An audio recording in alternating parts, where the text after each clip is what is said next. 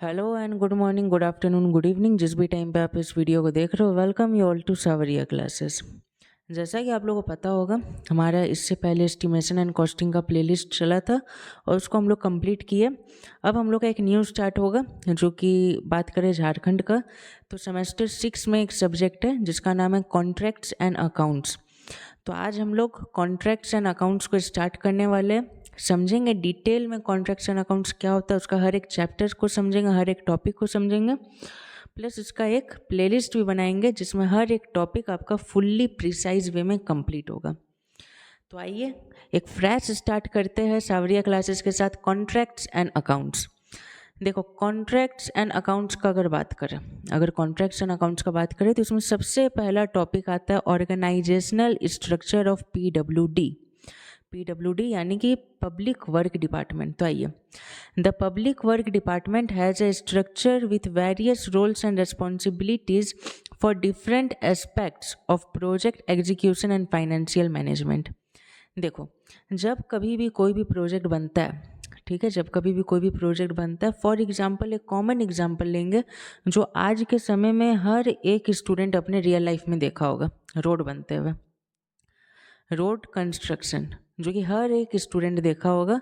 तो एग्जांपल ले लो, कोई एक अच्छा सा रोड बन रहा है या कोई एक बड़ा सा हाईवे बन रहा है, तो उसमें जो डिफरेंट रोल्स एंड रिस्पॉन्सिबिलिटीज़ है कि कौन सा मटेरियल यूज़ होगा, कहाँ से लेके कहाँ तक बनेगा, कितने टाइम ड्यूरेशन में बनेगा, कैसे बनेगा, कौन बनाएगा, कौन इंजीनियर उसको संभालेगा, कौन डिज़ाइनिंग करेगा, कौन मेंटेन करेगा प्रोजेक्ट को, ये जितना रोल्स एंड रिस्पॉन्सिबिलिटीज़ है ये कौन मैनेज करता है? PWD, that means public work department. कि कोई भी काम किस तरीके से होगा, प्रोजेक्ट का एग्जीक्यूशन कैसे होगा, फाइनेंशियल मैनेजमेंट, कब कितना रुपया उस प्रोजेक्ट में लगाना है, कौन डिसाइड करेगा? पीडब्ल्यूडी करेगा। तो सबसे पहला तो ये हो गया पीडब्ल्यूडी का। सेकंड आता है, it generally comprises of chief engineer, superintendent engineer, executive engineer, assistant engineer and junior engineer. देखो, ये लेवल है, चीफ इंजीनियर सबसे हाई में होता है, सुपरिटेंडेंट इंजीनियर उनके नीचे, executive, then assistant, then junior engineer. ये एक फ्लो बना हुआ है। देखो, जैसे कि सेकंड स्लाइड में देखो, सबसे पहले हमारा आता है स्टेट गवर्नमेंट। पीडब्ल्यूडी जनरली हम लोग का स्टेट गवर्नमेंट हैंडल करता है, और अगर बात करें CPWD, central public work department, वो हमारा सेंट्रल गवर्नमेंट हैंडल करता है। तो हमारा सबसे पहले ये क्या है, हमारा एक पीडब्ल्यूडी का स्ट्रक्चर है। पीडब्ल्यूडी का स्ट्रक्चर है, उसमें हमारा सबसे पहले क्या आता है, स्टेट गवर्नमेंट, यानी कि झारखंड सरकार। करेंटली बात करें जेएमएम का सरकार है, हेमंत सोरेन मान लो, तो सबसे ऊपर में कौन है हमारे? हेमंत सोरेन। उसके नीचे में आते चीफ इंजीनियर या फिर बोल ले इंजीनियर इन चीफ। ये पूरे डिपार्टमेंट के, यानी कि ये जो पूरा डिपार्टमेंट है इसके ये हेड होता है। कौन? चीफ इंजीनियर सबके हेड होते हैं। उसके बाद आता है सुपरिंटेंडेंट इंजीनियर, कौन आता है? ये आता है। उसके बाद आता है executive engineer, then comes assistant engineer जिसको हम लोग एई बोलते हैं, फिर आता है हम लोग का जूनियर इंजीनियर। ठीक है, ये एक फ्लो चार्ट हो गया, हम लोग को मेमोराइज करके रखना है। सबसे पहले आएगा government authority, chief engineer, superintendent engineer, executive engineer, assistant engineer, then junior engineer. अब देखो, हमारे जो चीफ इंजीनियर साहब है उनका क्या काम है? सबसे पहला आता है कौन? Chief engineer. देखो, chief engineer serves as the administrative and professional head of a specific branch और zone within the department. देखो, ये क्या बोलते हैं कि कोई एक जोन है, स्पेसिफिक जोन, जैसे डिस्ट्रिक्ट डिवाइडेड है ना, धनबाद है, अपना देवघर है, इसी तरीके से जोन डिवाइडेड है, और उस जोन के हेड को क्या बोलते हैं हम लोग? चीफ इंजीनियर बोलते हैं। यानी कि एक स्पेसिफिक ब्रांच या फिर जोन के हेड को हम लोग क्या बोलेंगे? चीफ इंजीनियर बोलेंगे। ठीक है, chief engineer serves as the administrative head and professional head of a specific branch या फिर zone within the department. फिर आता है superintending engineer serves as the regional administrative head, regional administrative head of a circle overseeing work of multiple division and ensuring efficient and economical execution of projects। तो देखो, यहाँ पे superintending engineer के बारे में दो चीज़ बोला है। पहला क्या बोला है सर? पहला बोला है कि रीजनल एडमिनिस्ट्रेटिव हेड होते सर्कल के, यानी कि जो सर्कल है उनका, उसके ये रीजनल एडमिनिस्ट्रेटिव हेड होते हैं।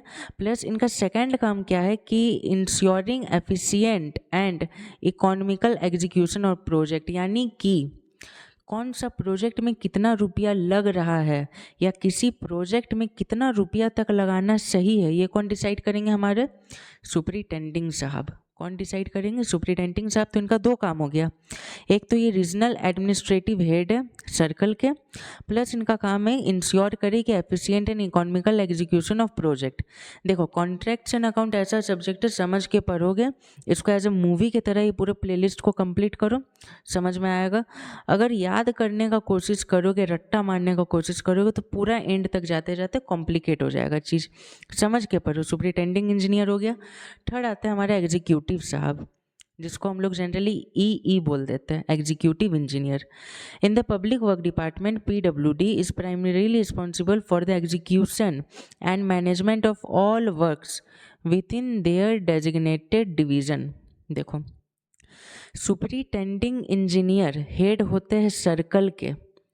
मान लो चीफ इंजीनियर है, उनके अंडर में 10 सुपरिटेंडिंग इंजीनियर है, और हर सुपरिटेंडिंग इंजीनियर अपना अपना सर्कल देख रहे हैं, ठीक है। और एग्जीक्यूटिव इंजीनियर क्या होते हैं? वो एक डिवीज़न के हेड होते हैं, वो एक डिवीज़न के हेड होते हैं। कौन? Executive engineer.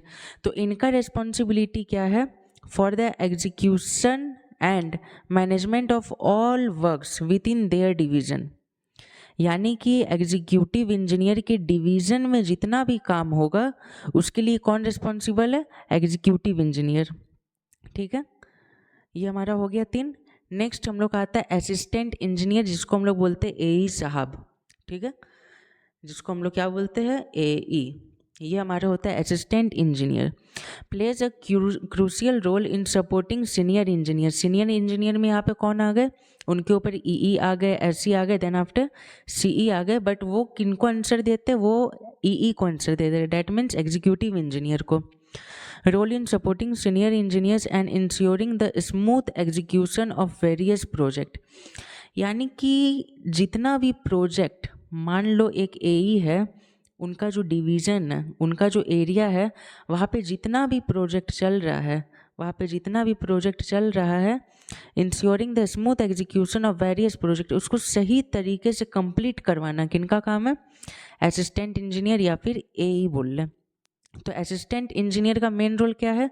उनके एरिया में जो भी काम हो रहा है उसको सही तरीके से करवाना, देन आफ्टर सीनियर इंजीनियर्स को बताना कि सर क्या काम हो रहा, कैसे काम हो रहा, एक्सेट्रा, ठीक है।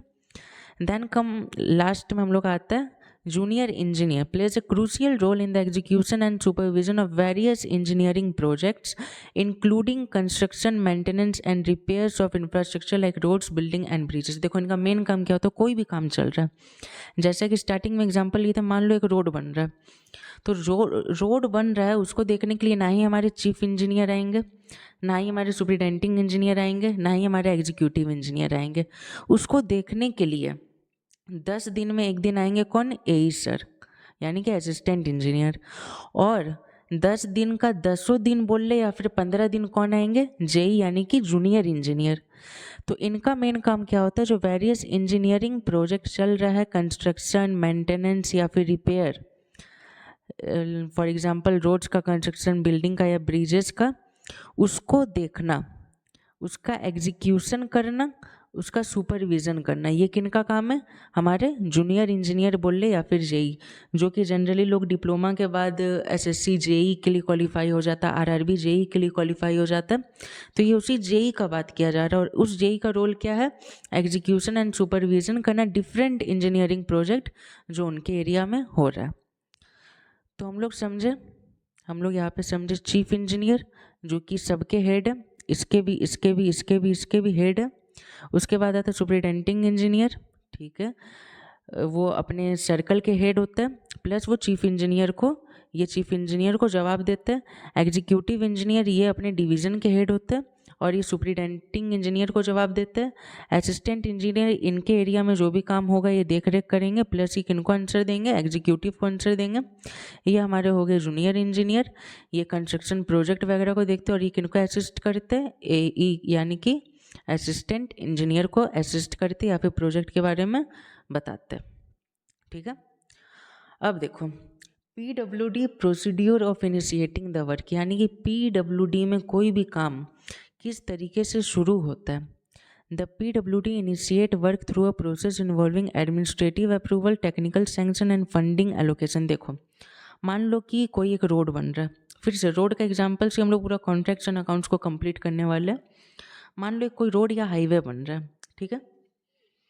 अब हम लोग को ये दिख जाता है कि रोड का काम शुरू हुआ, रोड का काम कंप्लीट हुआ, उसको इनॉग्रेट करने आ गए नितिन गडकरी सर आ गए या कोई भी मिनिस्टर आ गए और रोड चालू हो गया। हम लोग को सिर्फ यही दिखता है, बट उस रोड के बनने से पहले क्या क्या काम होते हैं PWD डिपार्टमेंट में, कैसे होते हैं और कब रोड बनना शुरू होता है, ये हम लोग को कौन बताता है? ये हम लोग को बताता है PWD procedure of initiating the work, यानी कि कोई भी काम हम लोग का शुरू कैसे होता है, ये हम लोग को कौन बताएगा? ये वाला टॉपिक बताएगा। तो आइए देखो, इसमें 3 पॉइंट है। सबसे पहला आता है हम लोग का कौन सा? Administrative approval, then after technical sanction and then funding allocation. तीनों टॉपिक को समझेंगे। सबसे पहला आता है हम लोग का administrative approval. The formal acceptance by the relevant administrative department of a proposal to incur expenditure on a work initiated by or connected to that department। यानी कि एडमिनिस्ट्रेटिव अप्रूवल क्या है?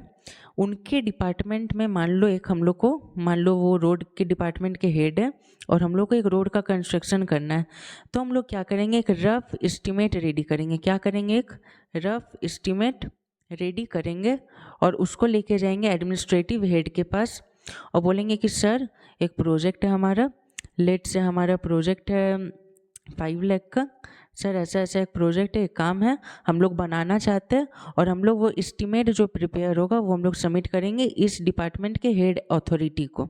ठीक है, अब ये उस एस्टीमेट को देखेंगे, रफ एस्टीमेट को या फिर बोल रहे अप्रॉक्सीमेट एस्टीमेट को, ये सोचेंगे समझेंगे कि ये काम करना चाहिए या नहीं करना चाहिए, और अगर इनको सही लगेगा तो ये क्या करेंगे? एक्सपेंडिचर को वर्क में लगाने का सोचेंगे, उस वर्क में एक्सपेंडिचर करने का सोचेंगे।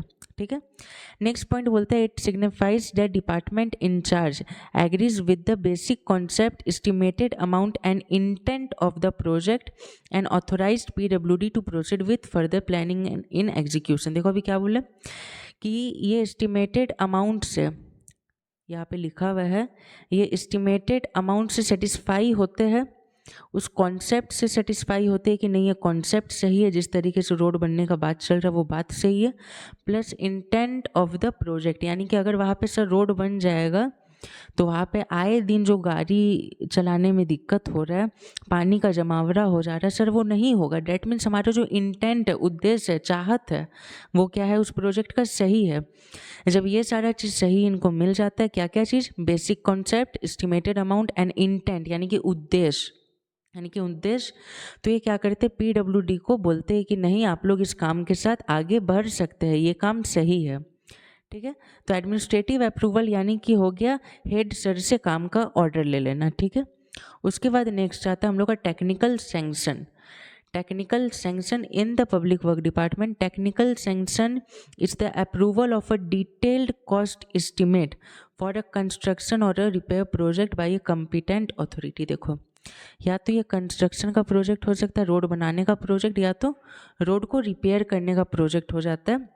और टेक्निकल सैंक्शन में हम लोग क्या करते हैं? डिटेल्ड एस्टीमेट को सबमिट करते। क्या करते हैं? डिटेल्ड एस्टीमेट को सबमिट करते हैं, यानी कि प्रिसाइज इन्फॉर्मेशन। जैसे कि पिछले हम लोग प्लेलिस्ट में एस्टिमेशन एंड कॉस्टिंग का प्लेलिस्ट में समझे डिटेल्ड एस्टीमेट क्या होता है, तो यहाँ पे डिटेल्ड कॉस्ट एस्टीमेट को सबमिट किया जाता है और उसमें प्रिसाइज इन्फॉर्मेशन रहता है, कहाँ पे हम लोग का कितना कॉस्ट लगेगा, मैन एंड मटेरियल में कितना लगेगा, मान लो रॉ मटेरियल में कितना कॉस्ट लगेगा, लेबरर में कितना कॉस्ट लगेगा, ये सारा चीज़ वहाँ पे मेंशन होता है। Second point, this sanction signifies that the proposed work is structurally sound, accurate and the work is suitable for its intended purpose. यानी कि वही है, इसका जो उद्देश्य है वो उद्देश्य सही है काम का, प्लस सब चीज़ एक्यूरेट है, तब क्या होता है? टेक्निकल सैंक्शन होता है। यानी कि अप्रूवल एडमिनिस्ट्रेटिव अप्रूवल में हम लोग क्या किए, हेड सर से ऑर्डर ले लिए। टेक्निकल सैंक्शन में क्या किए, हेड सर को हम लोग प्रिसाइज इन्फॉर्मेशन या फिर हेड सर के नीचे जो है उनको प्रिसाइज इन्फॉर्मेशन हम लोग सबमिट की कि सर हम लोग का ऐसे ऐसे काम होने वाला है। अब जब हम लोग का अप्रूवल मिल गया एडमिनिस्ट्रेशन से, टेक्निकल सैंक्शन हो गया, टेक्निकल सैंक्शन, उसके बाद आता है हम लोग का budget provision. In PWD, after administrative approval and technical sanction, budget provision is made and it refers to allocation of funds for specific project within the government's overall budget। यानी क्या होता है, जब हम लोग को टेक्निकल सैंक्शन और approval administrative का मिल जाता है, एडमिनिस्ट्रेशन का, तो हम लोग क्या करते हैं, हम लोग को फिर बजट प्रोविज़न यानी कि हम लोग को पैसा मिलता है, फंड मिलता है ताकि हम लोग वो काम को शुरू कर सके। मान लो ये इसका कॉन्ट्रैक्ट दिया गया, तो इसमें क्या होगा, कॉन्ट्रैक्टर को पैसा दिया जाएगा कि वो काम को शुरू कर सके और वो रोड को बना सके। नेक्स्ट है, this allocation ensures that financial resources are available to execute the project. यानी कि यही है allocation ensure that financial resource available to execute the, यानी कि कंट्रैक्टर को जो भी फंड का रिक्वायरमेंट है उस रोड को बनाने के लिए वो फंड प्रोवाइड कर दिया गया है और अब वो रोड बन सकता है। ठीक है, तो जनरली यही हम लोग का 3 प्रोसीड्यूर है। एडमिनिस्ट्रेटिव अप्रूवल यानी कि हेड सर से ऑर्डर ले लेना, टेक्निकल सैंक्शन जो हेड सर का पीओ है उसको सबमिट कर देना कि सर हम लोग का ऐसे ऐसे काम होगा, आप देख रेख कर लीजिए। फिर आता फंडिंग एलोकेशन, बजट प्रोविज़न जिसको बोलते हैं, यानी कि सर से पैसा ले लेना कि सर हम लोग काम शुरू कर रहे हैं। ठीक है, अब हम लोग का नेक्स्ट टॉपिक है methods used in PWD for carrying out works. Methods used in PWD for carrying out work, यानी कि कितने मेथड है जिससे कि पीडब्ल्यूडी में हम लोग काम कर सकते हैं या पीडब्ल्यूडी में कितने तरीके से कोई भी काम होता है। सबसे पहला आता है contract method, then after departmental method, rate list method, piece work method, days work method. सबको प्रिसाइजली समझेंगे। देखो, अगर सबसे पहले बात करें हम लोग आता है कॉन्ट्रैक्ट्स मेथड। जनरली एक वर्ड में इसको डिफाइन करें तो जिसको हम लोग बोलते हैं काम को ठेके पे दे देना। ठीक है, the method which involves engaging of external contractors for construction and maintenance project is called as contract method. देखो, पीडब्ल्यूडी है, पब्लिक वर्क डिपार्टमेंट, उसके डिफरेंट इंजीनियर है, chief engineer, superintending engineer, executive engineer, assistant engineer. लेकिन इस method में हम लोग क्या करते हैं, बाहर से मार्केट में जो डिफरेंट कॉन्ट्रैक्टर्स है, ठेकेदार है, उनको हम लोग कॉन्ट्रैक्ट देते हैं कि भैया ये रोड है, आपको मटेरियल फंड्स वगैरह सब एलोकेट कर रहे हैं हम, आप ये रोड को बनवा लीजिए, अपना लेबर को बुलाइए, अपना मशीनरी को बुलाइए, आप ये रोड को कंप्लीट करवा लीजिए। यानी कि इसमें हम लोग क्या किए, एक्सटर्नल कॉन्ट्रैक्टर को कॉन्ट्रैक्ट दिए, एक्सटर्नल कॉन्ट्रैक्टर को कॉन्ट्रैक्ट दिए। तो ऐसे मेथड को क्या बोलेंगे, कॉन्ट्रैक्ट मेथड। सेकेंड आता है departmental method, the method in which PWD utilises its own resources and personal is called departmental method. देखो, ओन रिसोर्सेज में क्या आ गया, मटेरियल, पर्सनल में क्या आ गया, उनके इंजीनियर। तो क्या करते हैं ये लोग कि मटेरियल भी खुद परचेज करते हैं, पर्सनल यानी कि इंजीनियर लोग को लगा देते काम पे कि भैया आप देखिए यहाँ पे रोड बन रहा है, कैसे बन रहा है, कहाँ बन रहा है, आप लोग मैनेज करिए चीज़ को। यानी कि डिपार्टमेंट के हर बंदे इन्वॉल्व है उसमें। ऐसे मेथड को क्या बोलेंगे, डिपार्टमेंटल मेथड। उसके बाद हमारा आता है rate list method. Rate list method refers to a method of executing petty works. देखो, पेटी वर्क्स मतलब वो हो गए जिसमें ज़्यादा पैसा नहीं लगते, 1-2 लाख रुपया में हो जाता है। Where the cost of each item is determined by referring to a predefined schedule of rates or a rate list rather than preparing detailed estimate for each individual item। देखो, schedule of rates, DSR हम लोग जिसको generally बोलते हैं district schedule of rates, इसमें हर एक काम में कितना रुपया लगता है मेंशन है। मान लो सीमेंट का क्या भाव है उस एरिया में, रेनफोर्समेंट का क्या भाव है उस एरिया में, तो इस शेड्यूल ऑफ रेट्स वाले बुक में मेंशन रहता है। तो ऐसा काम, एक कोई छोटा काम है 1-आध लाख रुपया का, जो कि शेड्यूल ऑफ रेट्स एक बुक है, उस बुक से रेट्स को डिटरमाइन कर लिया जाता है, भैया इतना रुपया लगेगा। तब उसमें क्या करते हैं हम लोग, डिटेल्ड एस्टीमेट जो है उसको प्रिपेयर नहीं करते। उसको प्रिपेयर नहीं करते और हम लोग ऐसे काम को करवा लेते, वैसा काम को क्या बोलते हैं? Rate list method. यानी कि रेट लिस्ट से हम लोग क्या करते हैं? रेट को निकाल लेते हैं। लिस्ट से हम लोग रेट को निकाल लेते हैं और काम को करवा लेते हैं, उसको बोलेंगे rate list method. Then after piecework method, in PWD, piecework method refers to a system where workers are paid based on the quantity of work completed rather than the time spent working। देखो कुछ काम ऐसे होते हैं, मान लो road का एक बार example ले लो कि भैया रोड बनना चालू हुआ है, वहाँ से मिस्त्री लोग क्या किया, 20 फीट तक काम किया एक दिन में, ठीक है। तो उसको पैसा 20 फीट के अकॉर्डिंग मिलेगा। मान लो वो एक दिन पूरा लगा दिया, 10 फीट का काम किया, तो उसको पैसा 10 फीट के अकॉर्डिंग मिलेगा। यानी कि पीस वर्क मेथड, ऐसा कोई भी मेथड जिसमें काम के अकॉर्डिंग, वो लेबर काम कितना किया है उसके अकॉर्डिंग पैसा मिलेगा, तो उसको क्या बोलेंगे? Piece work method. Essentially the more work a person complete the more they earn.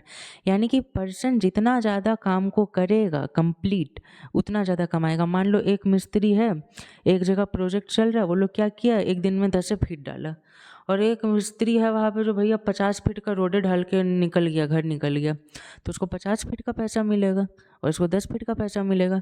Next point, this method is often use for smaller routine task और when it's difficult to accurately measure time spent on job. हाँ, जब ये मुश्किल हो जाता है कि time कितना लगेगा जॉब में, ये हम लोग नहीं बता सकते, तब वहाँ पे क्या करते, भैया आप इतना काम करोगे आपको इतना रुपया मिलेगा। स्मॉलर काम में जनरली ये मेथड यूज होता है।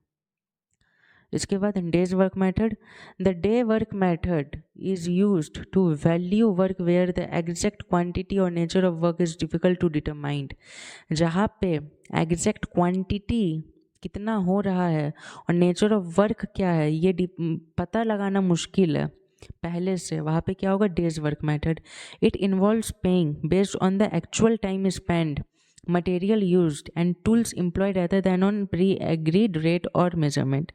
यानी कि देखो, ऐसा कोई काम जिसको प्री डिटरमाइंड नहीं कर सकते कि भैया मेरा इतना रुपया वहाँ पे लग जाएगा, उसको कौन सा काम बोलेंगे? Days work method. यानी कि एक दिन, आज मान लो एक दिन है, उस दिन में कितना काम हुआ है, कितना मटेरियल वहाँ पे लगा है, कितना टाइम पीरियड लगा है वहाँ पे, और कौन कौन सा टूल्स लगा, उस बेसिस पे पेमेंट होगा। ये 3 वर्ड को याद रखना, ये चीज़ हो जाएगा। Time spend, material and tools employed. Time spend, material and tools employed, ये 3 टर्म को याद रखना, यही है डेज वर्क मेथड। ये 3 के कैलकुलेशन से जिस भी काम का पेमेंट होगा उसको हम लोग क्या बोलेंगे? Days work method. तो देखो, जनरली हम लोग कॉन्ट्रैक्ट मेथड समझे, यहाँ पे क्या होता है? कॉन्ट्रैक्ट मेथड समझ ली, ठेकेदार को ठेका दे दिया जाता है। डिपार्टमेंटल मेथड, इसमें इंजीनियरिंग के डिपार्टमेंट के जो इंजीनियर्स है प्लस मटेरियल, जो कि रॉ मटेरियल वो लोग खुद सप्लाई कर रहे हैं, ऐसा मेथड जिसमें कि उस डिपार्टमेंट के engineer plus raw material, engineer से हो गए इंजीनियर और इससे हो गए रॉ मटेरियल, कौन सप्लाई कर रहे हैं? डिपार्टमेंट के लोग सप्लाई कर रहे हैं, तो उसको क्या बोलेंगे? Departmental method. Rate list method भी हम लोग समझ लिए, पेटी वर्क्स के लिए पीस वर्क भी समझ लिए, जिसको डिटरमाइन करना मुश्किल होता है। डेज वर्क, जो कि time spend, materials and tools employed, क्या है? Time spend, materials and tools employed के बेसिस पे पेमेंट होता है, उसको हम लोग क्या बोलेंगे? Days work method. ठीक है। देन आफ्टर हम लोग एक टर्म आता है nominal muster roll.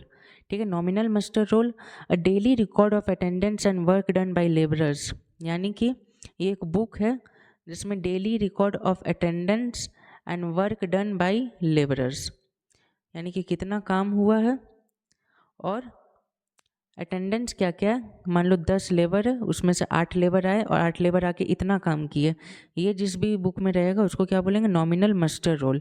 It serves as the primary document for calculating and making payments of this worker. देखो, यहाँ पे बोला कि 10 वर्कर है लेकिन 8 वर्कर आए हैं काम पे, ये कौन बताया? अटेंडेंस बताया। 8 वर्कर इतना काम किए हैं, ठीक है। तो 10 दिन के बाद जब पेमेंट होगा तो वही 8 वर्कर का पेमेंट होगा, वही 8 वर्कर का पेमेंट होगा। और काम कितना किए हैं यहाँ से पता चलेगा, काम कितना किए यहाँ से पता चलेगा।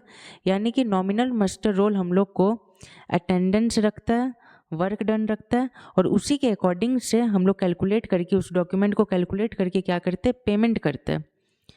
तो ऐसे डॉक्यूमेंट को हम लोग क्या बोलेंगे? नॉमिनल मस्टर रोल बोलेंगे। ठीक है। उसके बाद आता है the NMR is a crucial part of the account system in PWD project because it's ensure transparency and proper record keeping of labour cost. देखो यहाँ पे और एक चीज़ बोला है कि हेल्प हम लोग को कैसे करता है। मान लो कि हम लोग अगर रिटर्न फॉर्म में सब डेटा को लिख रहे हैं तो क्या होगा, मिस्टेक होने का चांसेस वहाँ पे बहुत ज़्यादा कम हो जाता है। तो यही है कि नॉमिनल मस्टर रोल में हम लोग हर एक लेबर का अटेंडेंस मेंशन कर रहे हैं, वो कितना काम किया डेली वो मेंशन कर रहे हैं। तो जब एट द एंड उसको पेमेंट किया जाएगा तो वहाँ पे ट्रांसपेरेंसी रहेगा कि नहीं भैया आप इस दिन आए, आप इस दिन नहीं आए, आप अगर इस दिन आए तो आप इतना काम किए। तो ये हम लोग को कौन बताता है, नॉमिनल मस्टर रोल। इसीलिए ये क्रूशियल रोल निभाता है क्योंकि ट्रांसपेरेंसी के साथ, सच्चाई के साथ और सही के साथ हम लोग पेमेंट को कर सकते हैं और वर्कर्स को एम्प्लॉयड कर सकते हैं। लास्ट टॉपिक है हम लोग का कैजुअल मस्टर रोल। देखो, sheet of attendance and daily wages for temporary workers employed during the emergency. देखो ये भी वही है, ये भी एक शीट है, ये भी एक बुक है जिसमें अटेंडेंस होता है और डेली वेजेस, यानी कि अटेंडेंस के बेसिस पे हम लोग कितना रुपया वो लोग को दिए है। बट नॉमिनल मस्टर रोल एक पूरे प्रोजेक्ट के लिए होता है, एक पूरे प्रोजेक्ट के लिए होता है, और कैजुअल मस्टर रोल एक एमरजेंसी के लिए होता है, एक एमरजेंसी के लिए होता है। मान लो एक जगह फ्लड आ गया, तो फ्लड से रेस्क्यू हुआ लोग, अब फिर से वहाँ पे साफ सफाई करने के लिए हम लोग क्या किए, कुछ लेबर्स को एम्प्लॉयड किए। तो वो लोग क्या हो गए, एमरजेंसी के टाइम पे एम्प्लॉयड किए, जैसे जैसे वो लोग काम किए उस अकॉर्डिंग हम लोग वो लोग को पैसा दे दिए। तो ये चीज़ हम लोग का किस में लिखा हुआ रहेगा, CMR यानी कि कैजुअल मस्टर रोल में। अब मान लो कि एक पूरा प्रोजेक्ट चल रहा है रोड का, उसमें हम लोग पैसा दिए, वो लोग कितना काम किया वो मेंशन कर रहे हैं, तो वो हम लोग का किसका पार्ट हो जाएगा, वो हम लोग का पार्ट हो जाएगा नॉमिनल मस्टर रोल। यानी कि उसमें हम लोग पूरा कंप्लीट प्रोजेक्ट का बात करते हैं, उसमें हम लोग पूरा कंप्लीट प्रोजेक्ट का बात करते हैं। वेयर एज हम लोग इसमें किसका बात करते हैं, एक कुछ सॉर्ट ऑफ इमरजेंसी वर्क का बात करते हैं कि भैया उस समय इतना एम्प्लॉयड हुआ, वो लोग को इतना वेजेस दिया गया। लेकिन फिर देखेंगे nominal muster roll attendance and work done by labourers specially daily wages और कैजुअल वर्कर्स, जो डेली बेसिस पे काम करते हैं उनका इसमें मैनेज किया जाता है। तो उसको हम लोग क्या बोलेंगे, नॉमिनल मस्टर रोल। तो आज हम लोग CMR, NMR और फिर क्या क्या है मेथड्स PWD में वर्क को करवाने के लिए, देन आफ्टर प्रोसीड्यूर क्या इनिशिएटिंग द वर्क, एंड यहाँ पे हम लोग समझे क्या ऑर्गेनाइजेशनल स्ट्रक्चर है PWD का। तो बने रहे हमारे साथ, ये हमारा चैप्टर नंबर 1 था। आगे और डिफरेंट चैप्टर्स आएंगे, डिफरेंट चैप्टर्स आपको मिलेंगे, आप लोग कंप्लीट कर सकते हैं पूरे कॉन्ट्रैक्ट्स एंड अकाउंट्स को। बेसिकली ये अगर बात करें कोई भी स्टेट बोर्ड है, फॉर एग्जांपल झारखंड का हो गया, JUT का हो गया, तो आप लोग के लिए इनफ है अगर आप लोग ये पूरा लेक्चर को करते हो, अगर पूरा नोट्स अगर आप लोग मान लो SS ले लेते हो, या अगर आप लोग ये नोट्स को फॉलो करते हो तो आप लोग के लिए इनफ रहेगा।